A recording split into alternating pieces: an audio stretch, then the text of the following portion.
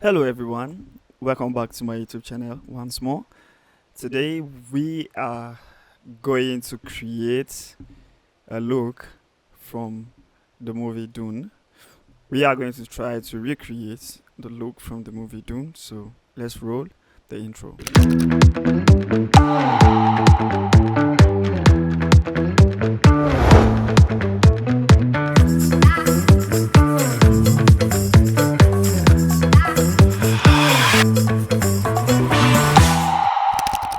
Alright, so most times when people give you work to do, they actually give you reference. They'll be like, I want you to grade my project according to this color.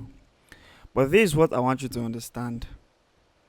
If the project given to you is not shot according to the reference, it is nearly impossible to get the image to look the same. Why? Because grading does not start in post production, it starts on set. That is you being intentional with the colors you have in front of your camera, the costumes, the lighting, and everything. All those things matters. So sometimes you find you just keep beating yourself thinking that you don't know what you are doing, but the main problem is from the image itself because the reference and the image don't match. So I picked this particular image from Pixels, and this is the image we will be using to create the Dune look. As you can see, it's already giving the feel. You can see the sun behind, the costume, everything. It's already giving us what we would see if we were to um, grade a Dune project. So this is one of our reference. You can see that is almost alike. Let's check for our second reference. This is our second reference. It is almost alike, so it makes the work easy when your reference is the same. So sometimes when you are being given a project that has a different reference, you just have to let them know that the reference is not the same. Yes, maybe you could get the feel, but the remaining colors inside is going to be hard. So let's start from what we have. I'll close this up and let's start with this reference. Let's keep going. Now, um, looking at Dune, we can tell that Dune has more of the red tones, but it was still stepped down a little bit. It wasn't oversaturated. Dune has a mute type of saturation, a mute look, so the saturation is not high. So what I did first was to push my white balance a little. You can see I pushed it towards that red just a little. And how did I do this? My white balance is actually on linear, and then I came to my gain and I pushed it towards red. You can see it here, and my luma mix is down completely. That was the only thing I did in this white balance node. Now in this second node is where I did my exposure. I tracked the exposure because of the lights was kind of flickering in this shot, but for the sake of this tutorial I won't be playing any track or any track, just to make sure that I keep to time. I wouldn't want to take too much of your time. So what I did basically in this particular node, which is my exposure node 3, you can see it was just a little push, and there's a reason why I did a little push. So let me take everything off so you see something. Now this image came looking like this already. You can see this was how the image came looking. So I had to convert it to a flat profile so that I can be able to grade and according to what I want. If I was to grade on it with this, it's going to be very hard for me. I could actually try my best, but I wanted it to be flat so that I can walk you through the process of grading through flat profiles. So yes, I did my white balance and then a little exposure here. Now why the exposure looks this way, why it looks so little, let me take it off and bring it off on. Why it looks so little is because in my node 6, let me take out node 5 because I didn't do anything in node 5 and reset this. Good. In my note 6 is where I added a film lot from DaVinci Resolve. So I'll put the lot back on. So you can see that the lot itself has pushed the image for us. So if I take this, you can see this is the white balance, how the white balance corrected the image to give us that warm tone. Then secondly, the exposure, let me take it out completely. You can see how it was before and how it is now. It's kind of soft. That was all I needed. Then this node is where I did the contrast. This is node 4. I selected the midpoint. Then I came here and I selected the editable spline. Now you can see the moment, let me just take this up completely. This was how it was. So the moment I clicked here, this was, let me clean everything so you see. So let me put this node back on and I'll just, let me clean up everything and just show you how I did it. Before selecting the editable spline, I selected a midpoint. Then I came back and select the editable spline. So if I click here, you can see there's a point. So this point now allows me to adjust the bright side. So I can push it up this way and then start bringing it down because I'm trying to go for an S curve. Same thing I did for the shadows. You can see if I push it up, the shadows start coming up. But then when I decide to start adjusting it to get that S curve, I have this. So this was how I was able to create this particular contrast. So let me show you. So this is it. It's just a little. Remember in my last class I said little is more. Little things you do in your grade actually helps your grade to even look better than overdoing things. So from here, this is actually the lot I use. Let me show you in the lot here. If I come to my films and this particular one, so let's go to our lot.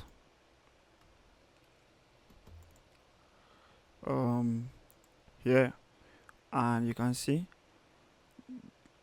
this is the lot I used. This one, this particular one, this is the one I used, and then I reduced the opacity to 800. You can see 0.868, and in my primaries I kind of pushed the tints to green a little bit, just a little. You can see that was what I did, and I didn't think I did anything more. Yeah. Okay, then in my shadows, yes, I pushed my shadows towards like red and pink like that, and that was how I was able to move from this to this. Yes, from this to this. If you are following, you can drop a comment. You can make sure you subscribe, like, and share to others who really want to learn color grading. Thank you. Let's keep going. In my note 6 is where I did the saturation. Now I've showed this style of saturation in my previous video where all I had to do was to reduce my saturation completely. So let me redo that. I'll put back this saturation node on and I'm going to reset it. So what I'll do is that I'll completely take out the saturation. Then I'll come to my RGB mixer and push my red channels, which is this one, up to 5, and I'll push this green channel up to 5, and I'll push the blue channel up to 5. So this is what I have. You can see it's still looking black and white. So if I come back to my primaries and I push my saturation up to 50, this is how it would have looked. So I just kept it down here so that it won't look harsh to the eyes. Now that I'm back, I can start adjusting to the level I want. So what level will I leave it? I'll leave it at 10. I'll leave it at 10.8. Yes, that's where I'll leave it at, 10.8. My bad. 10.8. So let me put back the saturation and this too. Good. So you can see here in 10.8 we have, this was before. If I leave it in 10.8, we have our color looking good.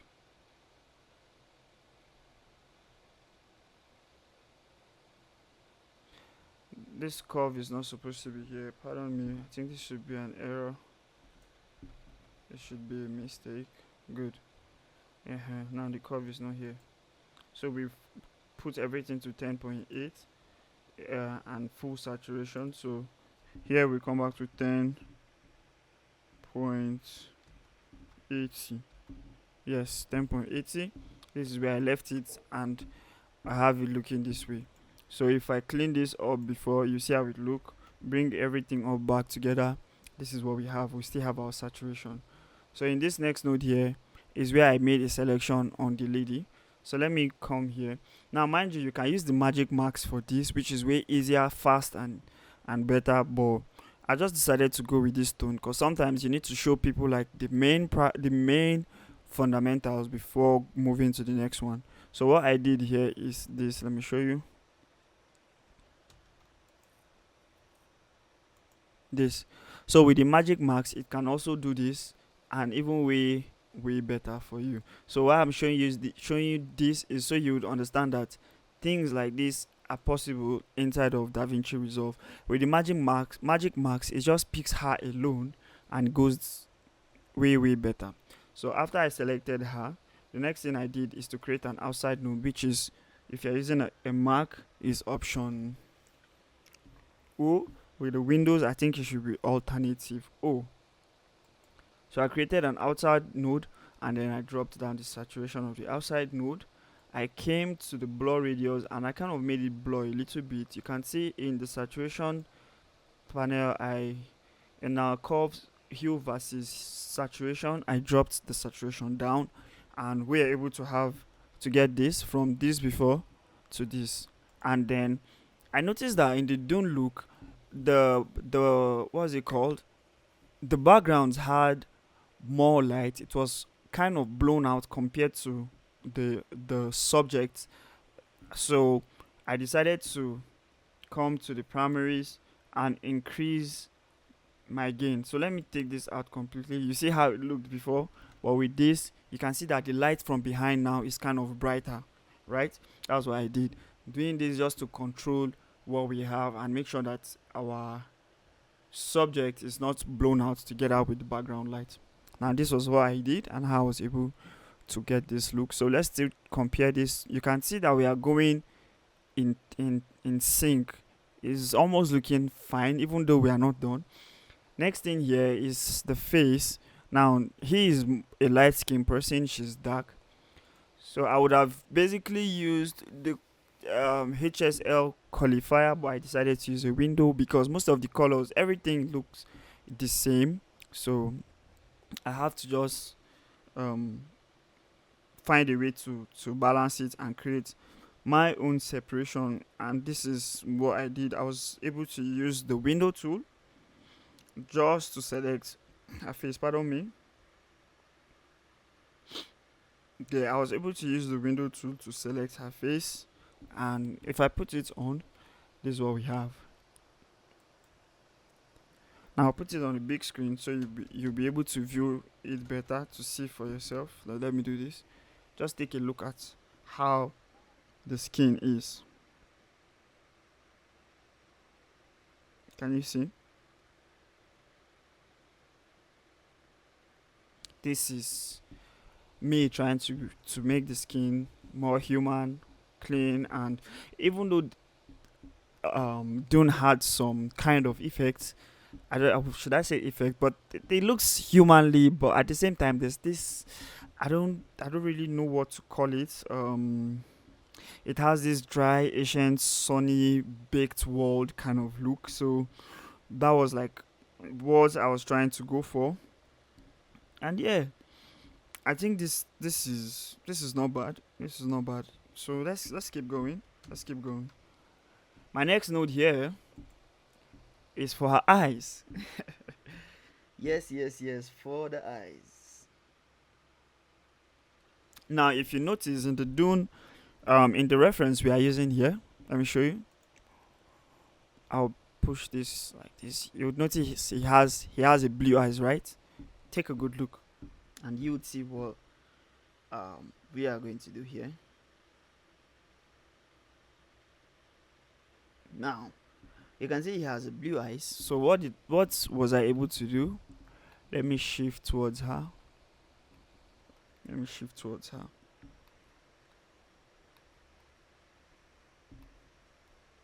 Um. Okay. Good. Now I'm going to put this power window on, so you see. So I have to still move towards her again. My bad. So I selected the eyes using the power window. I selected the eyes using the power window.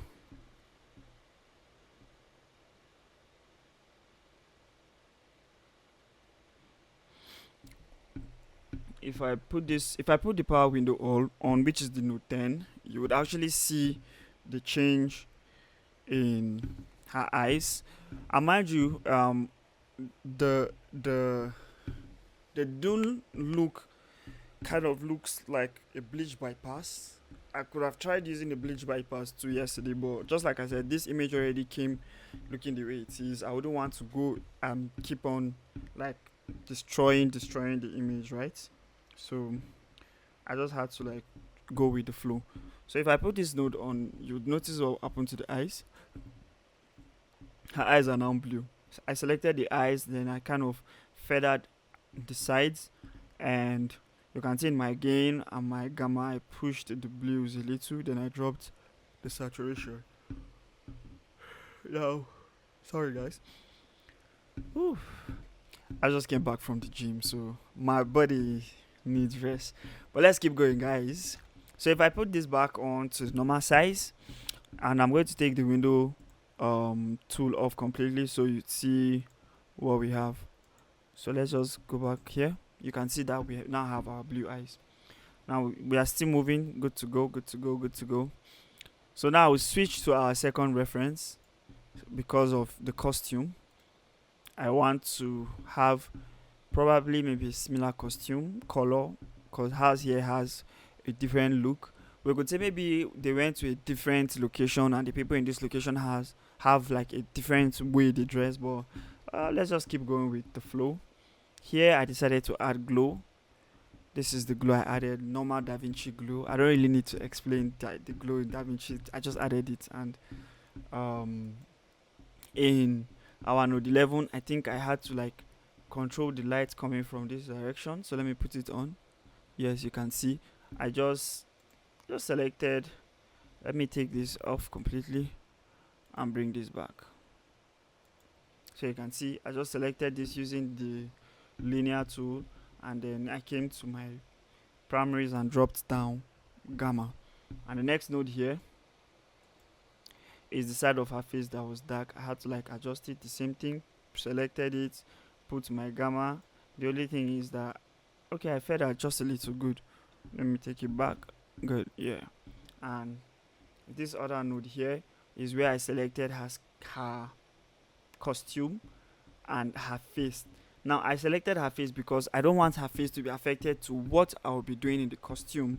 So if you notice, I inverted her face here. I inverted the face. The face is the circle, while her costume is the curve where I made the selections myself. Remember I told you could still use the magic marks for this, which is this particular one. But let's just go with this. So when I put this on, you notice the color of her costume changed from this to this. Now how was I able to do this? Very simple. I just used my gamma, pushed my gamma towards let's just say in between reds and yellow, so around orange and gold and that. Then I pushed my hue back a little. You can see it here, just back just a little bit, and I have this, so you can see that it is not affecting her face at all, because I made sure I selected her face and I inverted it. If I do this, say I take this off completely, let's just say I take it off, you see what's happening to her face, right? But with this, nothing is affecting the face. Then here is where I did another S curve to make sure that I have a better contrast in my image. So this is it, you can see. And after that, here I had to like reduce the saturation from the midtones, because Dune had less saturation, and I push my tint back a little bit still. And if I compare these two together, you can see where we are. They are looking almost alike. I bet you that you can actually, in maybe working on the trailer of Dune, you could put this inside and people wouldn't notice that this is from a different place. They would actually think it is from the movie itself that you got this look. So after this, the next thing I did was to just give it a little pop. Now what I did here was just I pushed my hue back to this level, and then my gamma, I pushed it up to this level, and then I dropped down the hue. I dropped it down. Now it's you're actually not really seeing what I'm doing, right? But let me make it big so you see something. Take a look at this area. Watch. Did you notice a change?